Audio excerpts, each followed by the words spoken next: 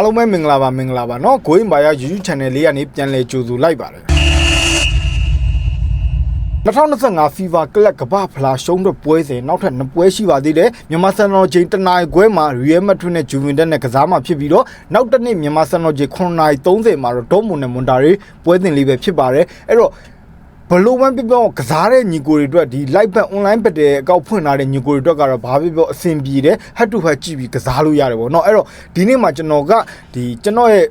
တပွဲကောင်းပွဲစဉ်လေးအနေနဲ့ကတော့ကျွန်တော်ဒေါမွန်နဲ့မွန်တာရီပွဲစဉ်လေးကိုကျွန်တော်ရွေးချယ်ပေးလိုက်ရပါတယ်အဲ့တော့ညီကိုများအနေနဲ့လည်း DV လေးကိုအဆုံးထိကြည့်ရှုပေးဖို့ကျွန်တော်အနေနဲ့မေတ္တာရက်ခံလိုက်ရပါတယ်ပေါ့နော်အဲ့တော့ပထမဦးဆုံးအနေနဲ့ဒေါမွန်အနေနဲ့မွန်တာရီကိုစဖောက်ထားတဲ့ G အဲ့တော့1ပေါင်း30 3လုံးပေါင်း80ဆိုပြီးတော့ကျွန်တော်မနက်ပိုင်းမှာဖောက်ထားတယ်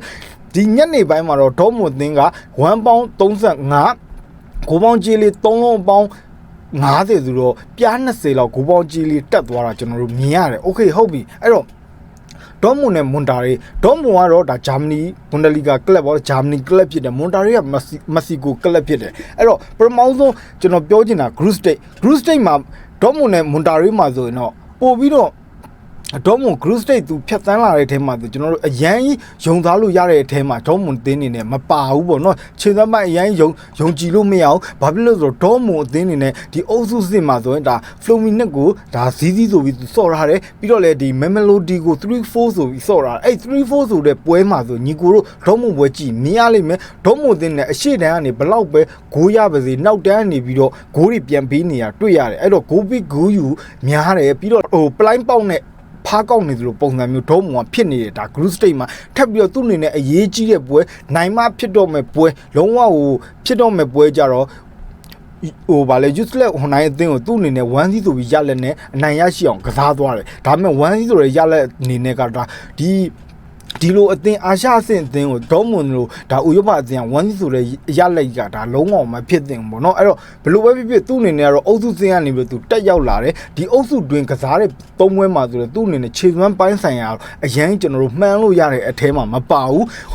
လိုအပ်တဲ့နိုင်ပွဲတွေမှာလိုအပ်တဲ့ဂိုးပြတ်နိုင်ပွဲတွေရှိကောင်းရှိရသားနဲ့သူ့အနေနဲ့ဂိုးပြတ်နိုင်ပွဲတွေမရရှိခဲ့ဘူးเนาะအဲ့တော့ဒေါမွန်ရဲ့ခြေသွမ်းကလည်းကျွန်တော်တို့မနေ့ကဘောနော်အင်နာမီလိုပဲအရင်ကြီးကျွန်တော်တို့ယုံစားလို့ရတဲ့အထဲမှာမပါခဲ့ပါဘူးအဲ့တော့ကျွန်တော်မွန်တာရီတစ်ချက်ပြန်ကြည့်မှာမွန်တာရီကလည်းအခုလက်ရှိမက္ဆီကိုကလပ်မွန်တာရီသူ့အနေနဲ့ဒီ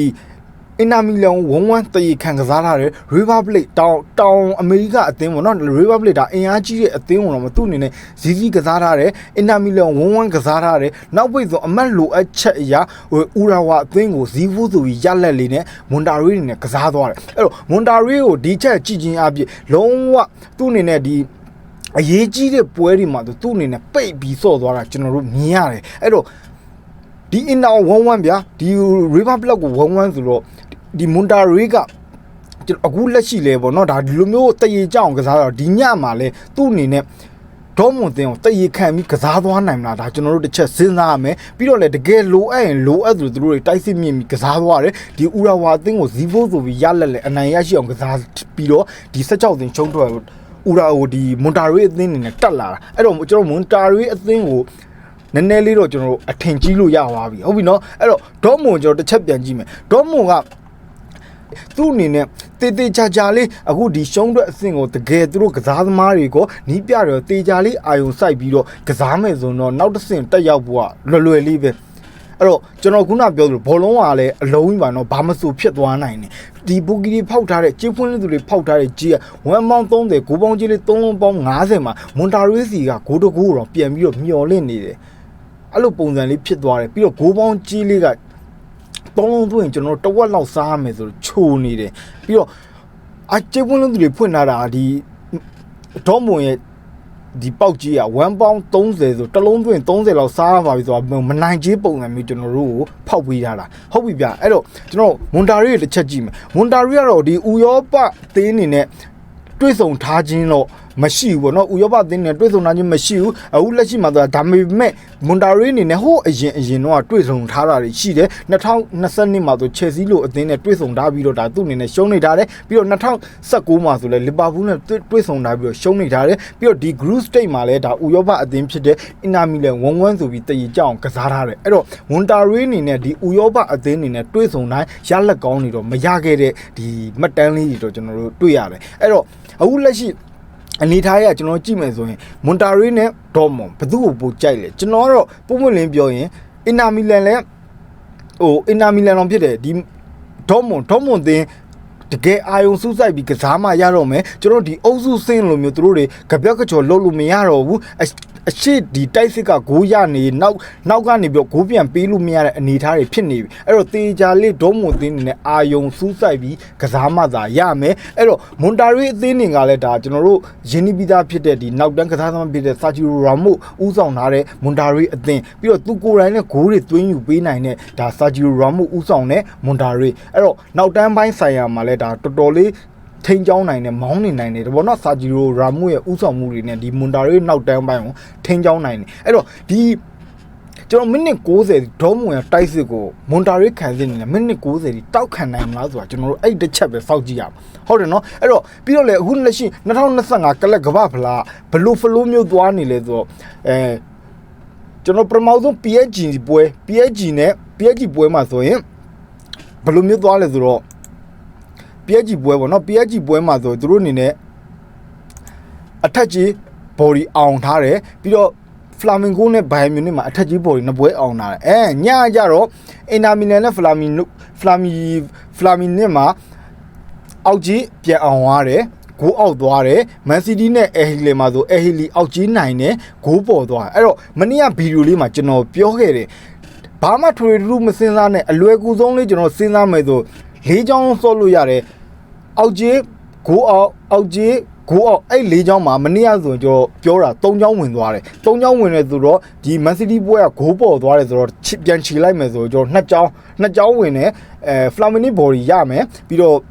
ကိုအောင်90သန်းနဲ့တချောင်းပွဲလောက်ကျွန်တော်တို့ညီကိုတွေရသွားမယ်ဒါကျွန်တော်မနေ့ကကျွန်တော်အလွယ်လေးကျွန်တော်ပြောခဲ့တာအဲ့တော့မနေ့ကလည်းကျွန်တော်ရဲ့ဒါ BNB မြန်မာသမားတွေရော free သမားတွေရောကျွန်တော် group မှာကျွန်တော်ပွဲနေတဲ့အတွက်ကြောင့်မလို့ကျွန်တော်တပွဲတည်းကျွန်တော်ရွေးချယ်ပေးခဲ့ပါတယ်ဆိုပြီးတော့ကျွန်တော် Flamini body လေးကျွန်တော်ရွေးချယ်ပေးခဲ့တယ်ဒါမနေ့ကဒါညီကိုတွေတော်တော်အဆင်ပြေသွားတယ်အဲ့တော့ကျွန်တော်လည်းဝမ်းသာပီတီဖြစ်ရပါတယ်အဲ့တော့ဒီနေ့မှလည်းထပ်ပြီးတော့အထက်ကြီးပြန်ပေးခြင်းတဲ့သဘောပုံစံမျိုးရှိတယ်ဗောနော်သူတို့တွေ flow ချလာတဲ့အတိုင်းဆိုဒါ